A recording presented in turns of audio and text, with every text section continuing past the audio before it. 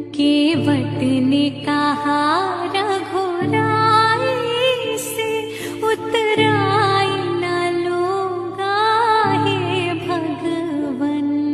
मैं नदी नाल का केवट हूँ, मैं नदी नाल का केवट हूँ, तुम भव सागर के मालिक हो।